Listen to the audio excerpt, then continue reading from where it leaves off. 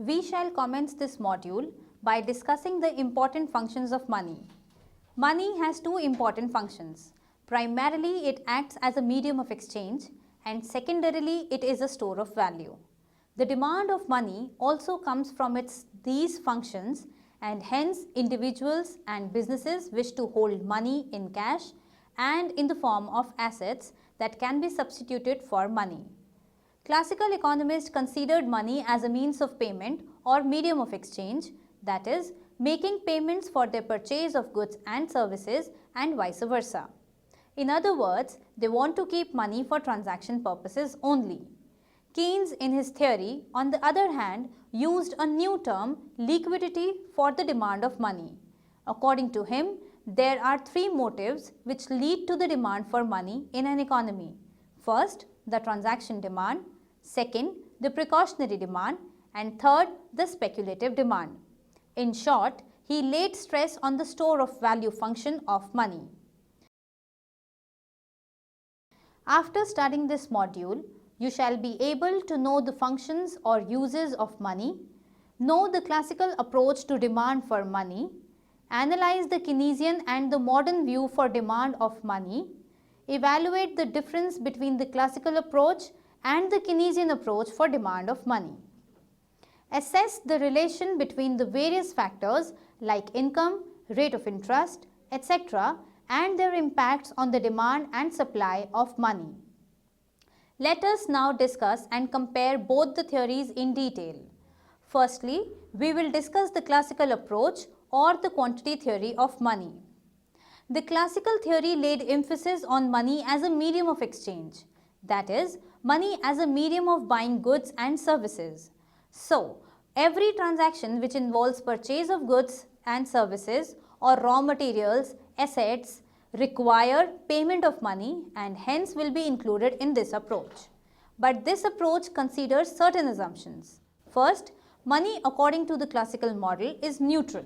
For example, real variables such as the real interest rate are not affected by nominal money supply. Second, neither output nor employment are affected by money and nor does money has any role in determining them.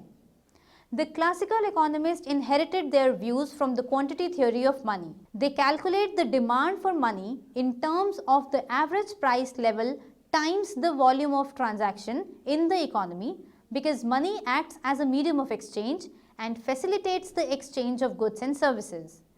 The equation gave is as follows. MV is equals to PT, where M is the total quantity of money, V is the transaction velocity of the circulation of money, P is the average price level, and T is the volume of transaction undertaken in an economy. Here, the term PT is the demand for money which in turn depends upon the volume of transactions to be undertaken in the economy, and MV represents the supply of money which is given and in equilibrium equals the demand for money. Thus, its underlying assumption is that people hold money to buy goods. Third is that V is constant because it depends on the pattern of the receipts and payments. Fourth, T is constant because GDP is determined in the real sector with factors such as the size of labor force and capital stock. Fifth, money supply is a stock, that is M. Now, the Fisher's identity therefore is MV is equals to money supply, PT is equals to money demand, and hence money supply is always equals to the money demand. Next, we will discuss the Keynesian approach or the general theory. J. M. Keynes in his theory laid stress on the second function of money, that is the store of value. He emphasized the role of the other factors such as rate of interest, expectations regarding future interest rates, prices, and incorporated them explicitly in his analysis of demand for money. Keynes used the term liquidity preference. It defines the requirement of a person to hold cash balances, but the question is how much a person should hold in the form of ready cash and how much can he lend. According to him, money is an asset and people want to hold it for three reasons. First, for the transaction demand. Second, for the precautionary demand. And third, for the speculative demand. The transaction demand for money. The transaction motive is related to the demand for money to settle the current transactions of individuals and business firms. People hold cash to bridge the gap between expenditure and the receipts of income. As it is known, the receipts and the incomes do not coincide, there lies a gap. Incomes are received weekly or monthly while the expenditure goes on daily basis. A certain amount of ready money therefore is kept in hand to make the current payments. This generally depends upon the individual's income, the level at which the income is received, and the method of payments prevailing in the society. The business also needs to have a proportion of their resources in the form of money in order to meet daily needs of various kinds. They need money to pay for raw materials and transport, to pay wages and salaries, and to meet all other current expenses incurred by any business firm. The money which they need to keep ready for transaction purpose is defined by the level of turnover, that is, the volume of trade of the firm in question of the business. The greater the turnover, the larger in general will be the amount of money needed to be kept spare for the current expenses. The money demand for transaction motive arises primarily because of the use of money as a medium of exchange. The transaction motive of holding money is affected according to Keynesians by two important factors, namely, first, rate of interest, which is initially taken as inelastic by Keynesian, and second, by the level of income. Let us discuss these individually. First, rate of interest as the determinant of the transaction's demand was taken inelastic initially, but later it was understood at a higher rate of interest may lead to a more economical use of active balances. It is not perfectly inelastic. Second, level of income, since the transaction's demand for money arises because individuals have to incur expenditure on goods and services during the receipt of income and its use of payment for goods and services, money held for this motive depends upon the level of income of an individual. So, a poor person will have to hold less money for transactions motive as his expenditure is less as per his less income. Contrary to this, a richer person will have to hold more money for transaction purpose as his expenditure will be relatively greater.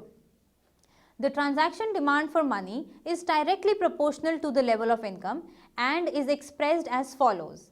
L1 is equals to KY, where L1 is the demand for money for transactions purposes, K is the proportion of income for transactions purposes, and Y is the income of the individual, or L is equals to a function of Y and R if we include interest sensitivity of precautionary demand. The next is the precautionary demand for money. The precautionary motive refers to providing for contingencies such as sudden expenditures and unforeseen opportunities of advantageous purchases. Both individuals and businesses keep some amount of cash in reserve to meet such unexpected needs. Individuals hold some cash to provide for illness, accidents, unemployment, and other such unforeseen contingencies. Similarly, businessmen have to keep some cash in reserve to face the unfavorable conditions or to gain from unexpected deals. Money under the precautionary motive is the money kept in reserve like water kept in reserve in a water tank. Again, the precautionary demand for money is directly proportional to the level of income and business activity, opportunities for unexpected profitable deals, the cost of holding liquid assets in bank reserves, etc. It is also inversely related to the high interest rates. This is expressed by the function L2 is equals to a function of Y and R. Now, we combine L1 and L2. Moreover, the interest elasticity of transaction or precautionary demand is ignored. Thus, M1 is equals to L1 plus L2 plus M1 bracket Y bracket close. Now, the third demand for money is known as the speculative demand for money. The speculative motive is to hold one's resources in liquid form in order to take advantage of market movements regarding the future changes in the rate of interest, for example, by investing in bonds. The basic idea of holding money for speculative motive was a new one propounded by Keynesians. Here also money serves its secondary function, that is the store of value. The cash under speculative motive is used to make speculative gains by trading in bonds whose prices fluctuate. The speculative motive of holding money is affected according to Keynesian by primarily the level of income. Let's discuss this in detail. Under speculative motive, there is an inverse relation between the interest rate and the amount of money held. That is, if bond prices are expected to rise, individuals will buy bonds to sell. If, however, bond prices are expected to fall, individuals will sell bonds to avoid capital losses. The reason for this inverse correlation is that at a lower rate of interest, less is lost by not lending money or investing it, or by holding on to money. While at a higher current rate of interest, holders of cash balance would lose more by not lending or investing. This is shown in the figure. Along x-axis we represent the speculative demand for money, and along the y-axis we represent the current rate of interest. The liquidity preference curve LP is a downward sloping towards the right, signifying that higher the rate of interest, the lower is the demand for money for the speculative motive and vice versa. This can also be worked out with the help of the equation. V is equals to capital R divided by small r, where V is the value of bond, capital R is the return on bond, and small r is the market rate of interest. So, a bond which is rupees 100 V and carrying a 6% rate of interest, that is small r, gets an annual return, that is capital R, of rupees 6, that is V is equals to rupees 6 divided by 0.06, which is equals to rupees 100. When the market rate of interest rises to 8%, then V is equals to rupees 6 divided by 0.08, which is equals to 75. When it falls to 2%, then V is equals to rupees 6 divided by 0.02, which is equals to 300. The total demand for money. Money held for transactions and precautionary motives is primarily a function of the level of income, that is L1 is equals to a function of F, and the speculative demand for money is a function of rate of interest, that is LS is equals to a function of small r, which is also known as the rate of interest. Thus, the total demand for money is a function of both income and interest rate, that is L is equals to a function of Y and R, where L represents the total demand for money. MD is equals to LT is equals to a function of Y and R, where Y is the level of income, R is the rate of interest, F is the function, L is the quantity of liquid assets, and LT is the total amount of liquid assets, or MD is equals to money demand. We will be comparing the Keynesian approach with the classical approach on the basis of some objectives. They are as follows. First, motive of the theory. The motive of the classical theory is only to consider money for the transaction purpose, whereas the motive of the Keynesian theory is to hold money for only the transaction purpose, but also for its other functions like precautionary and speculative purpose. Second, utility of money. The utility of money under this approach is to hold money as a medium of exchange, whereas the utility of money under the Keynesian aspect is to hold money for not only as a medium of exchange, but also for its secondary objective, that is store of value. Third, nature of money. The nature of money under classicals is to be neutral, whereas the nature of money under the Keynesian approach is considered to be unstable as it is affected by other factors like the level of income, rate of interest, etc. Fourth, substitutes of money. Now, under the classical approach, there are no substitutes of money. However, under the Keynesian approach, goods, that is money stocks, are considered to be the substitutes of money. Relationship with output. Output not considered to be affected under this approach by the level of transactions in an economy, nor does the economy by the level of output under this approach of classical theory. However, according to the Keynesian approach, Output has an effective relationship with the economic activities. Now, relationship with employment.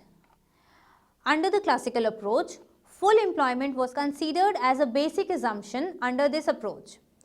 However, under the Keynesian approach, there is no such assumption taken by Keynesian to explain his approach. Next is velocity of transactions. Under the classical approach, V is considered as constant, whereas under the Keynesian approach, velocity is not kept constant because it depends on money stock. Relationship with the income. Under the classical approach, the money supply has no relation with the level of income of the individuals in an economy. That is, income is considered to be constant. Whereas, under the Keynesian approach, income is taken into consideration. The next objective is relationship with the rate of interest rate on real stock. Now, under the classical approach, since real stock is not taken into consideration, the respective rate of interest is also assumed to be constant. However, under the Keynesian approach, rate of interest is the major concern as it is one of the most important factors which determines the quantity of money to be held with the individuals. Let us now summarize what we have learnt in this module. Demand for money arises from its two major functions, medium of exchange and store of value. Different economists define their theories differently, of which the classical view of the classical theory considered only the transactional motive of money to describe its uses. They proved their theories by stating that the demand of money is determined by the supply of money. That is, demand creates its own supply and supply of money in the economy will create its own demand. For this, other factors like the level of income, rate of interest, velocity of money, etc. were considered constant. On the other hand, Keynesians in his general theory specified that the money is held by individuals not only for the transactional motive but also other motives like precautionary, speculative, etc. He, in other words, focused on money as a store of value. In his study, he laid down the relationship between the different factors like the level of income, the rate of interest, etc. with that of the quantity of money which people will hold ready with them. He even defined the direct and indirect relationship of money stock with that of the level of income in an economy and the rate of interest on different investments.